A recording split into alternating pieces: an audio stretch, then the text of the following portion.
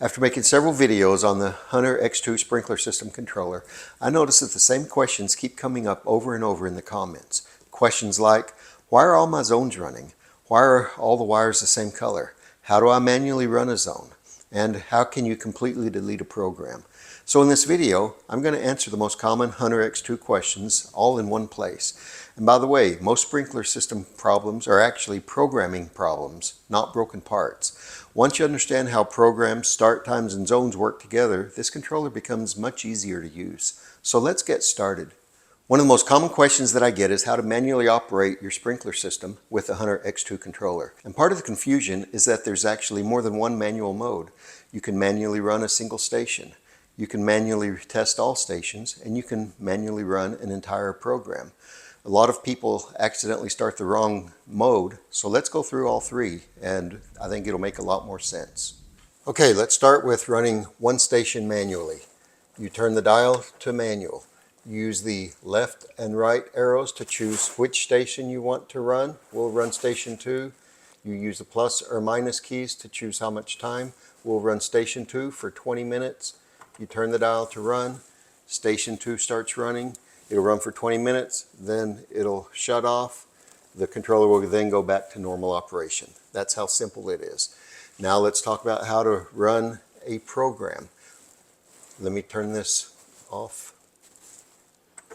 Okay, now let's talk about running a program manually. You start with this in run. You hold the right arrow key for about a second till the display changes. You then use the program key to choose which program you want to run. We'll run program A. It'll start running. You see the sprinkler symbol flashing. That means program A, zone 1 is now running. It'll run for 5 minutes. At the end of the 5 minutes, it'll go to station 2 and run for however long you've got programmed.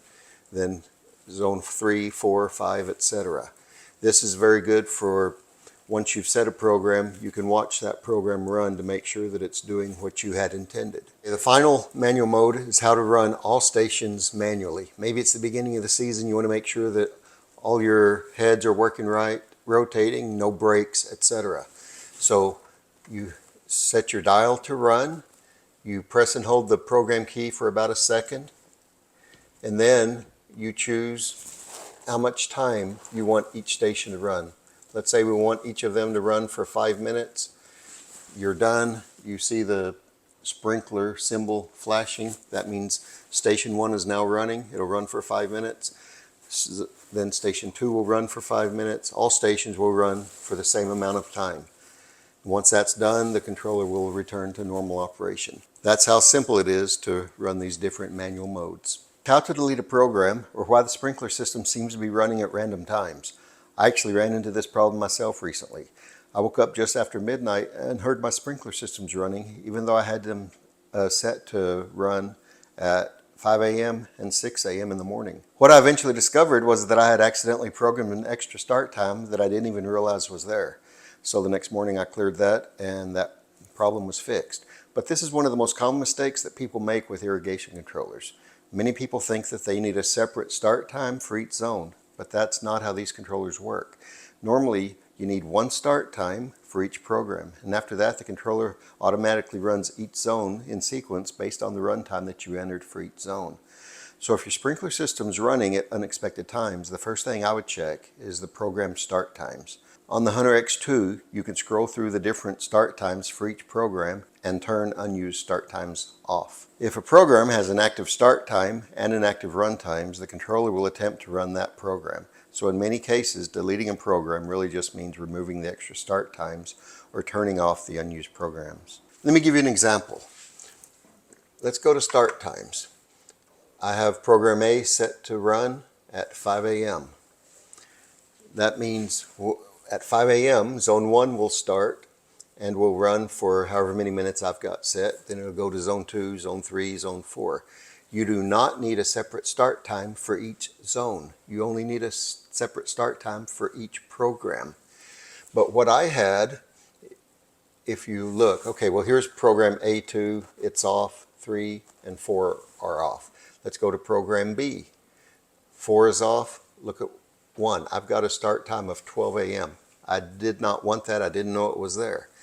So by pressing the minus sign until off shows up, I have now turned off program B, and the only start time I now have is program A1 at 5 a.m. That's how you delete a program or get rid of these miscellaneous runs of your sprinkler system that you're not aware of.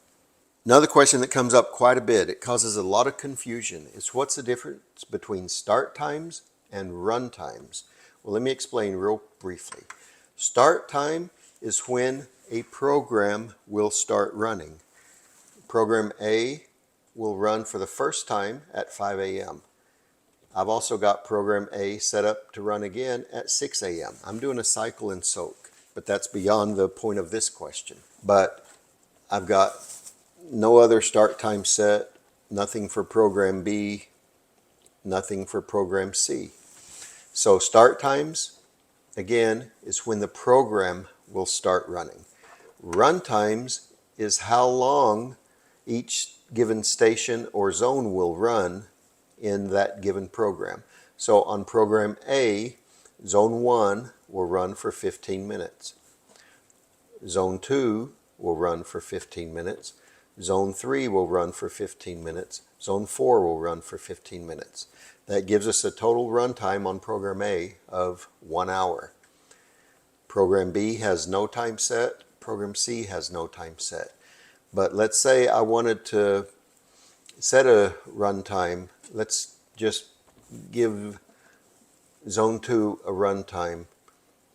We give it something excessive. We could set it to run for an hour or 2 hours. Okay, zone 2 will run on program B for 2 hours. But if there is no start time set on program B, that zone is not going to run. So you've got to have a start time for the program as well as a runtime set for at least one zone on that program. So start times is when the program will start running.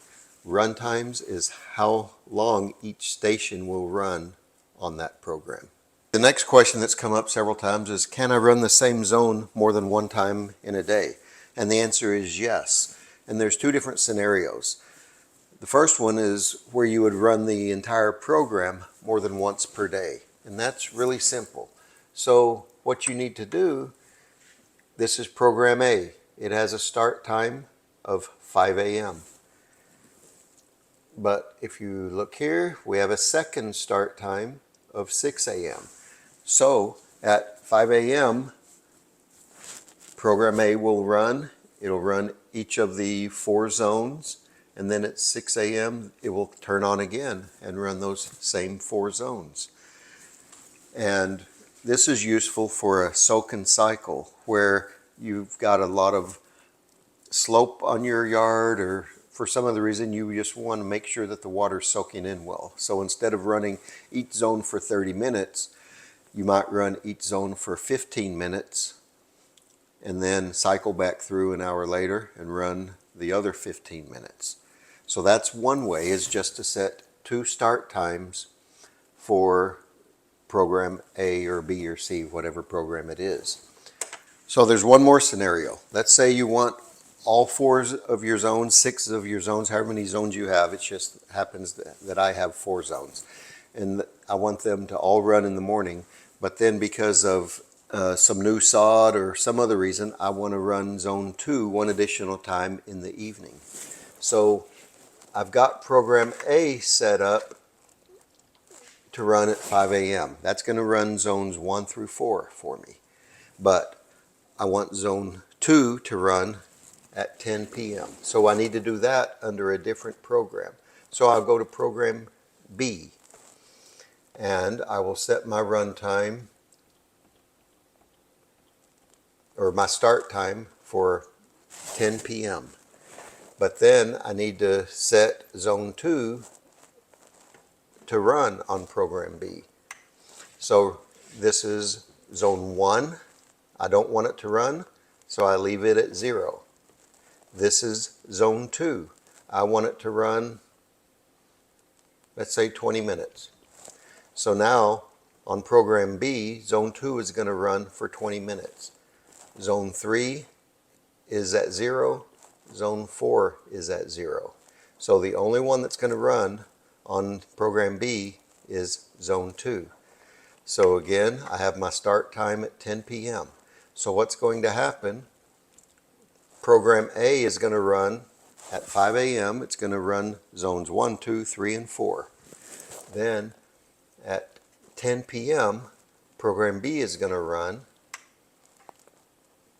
but it's only going to run zone 2. So that's how you can have only one zone run an additional time, or you can do that with multiple zones. You can either do it that way, or you can have your program, the same program, run multiple times, as I showed a minute ago. What does day 0 mean? Day 0 is only a factor when you're using interval watering, where you want your system to run every 5 days, every 3 days, every 8 days, whatever. So let's go to watering days. I've got this currently set up to run every 5th day, and today is day 0. Day 0 means watering day. So today is watering day. Right now it's about 2 o'clock in the afternoon. I've got mine set up to run at 5 a.m. So it ran this morning.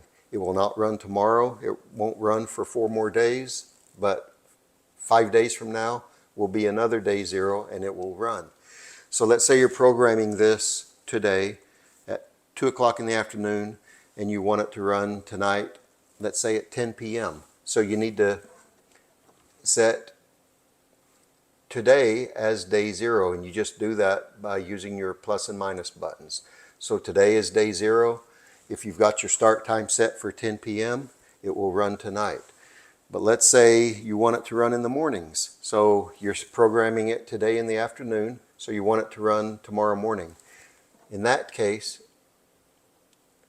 today should be day 4, and that way tomorrow is day 0 and it will run tomorrow morning, assuming you've got your start time set for something in the morning, 5 a.m., 6 a.m., whatever. So day 0 is associated with interval watering only. What is bypass? This is the bypass button right here.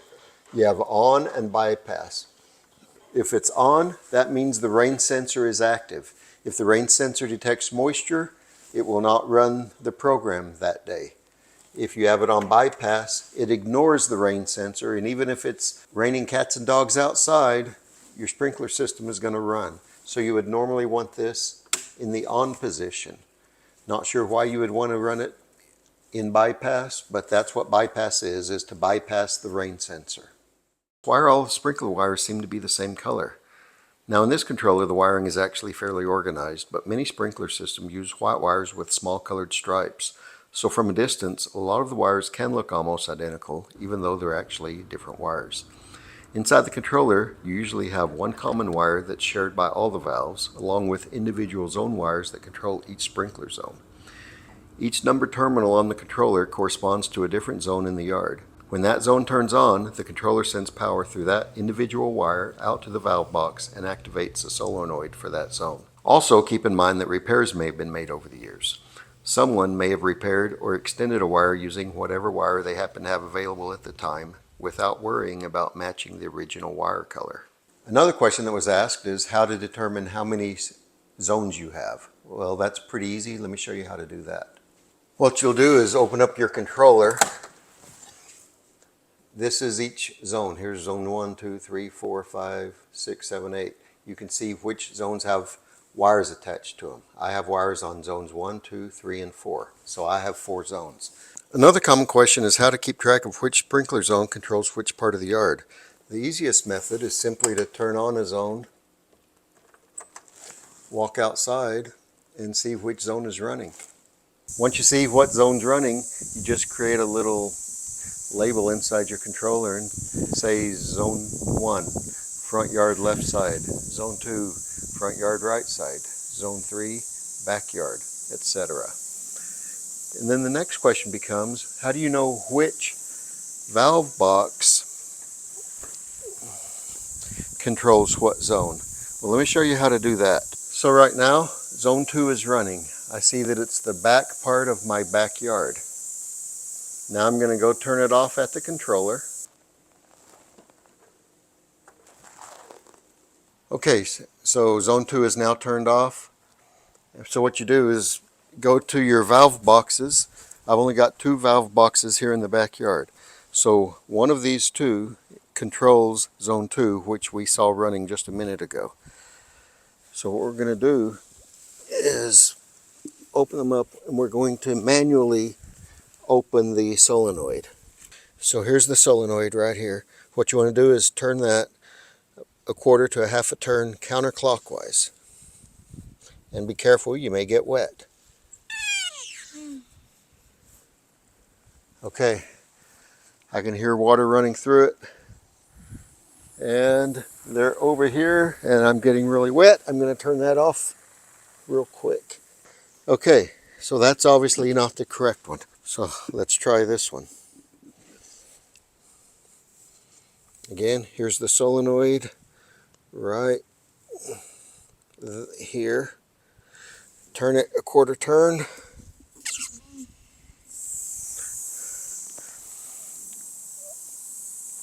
And the same sprinkler heads that were on a few minutes ago when I had zone 2 running at the controller are now running.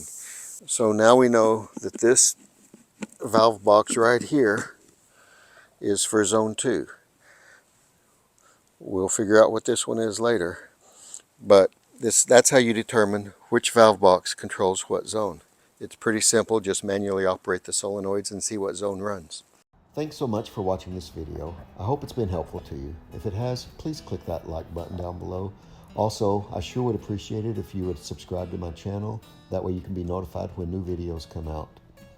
Thanks again.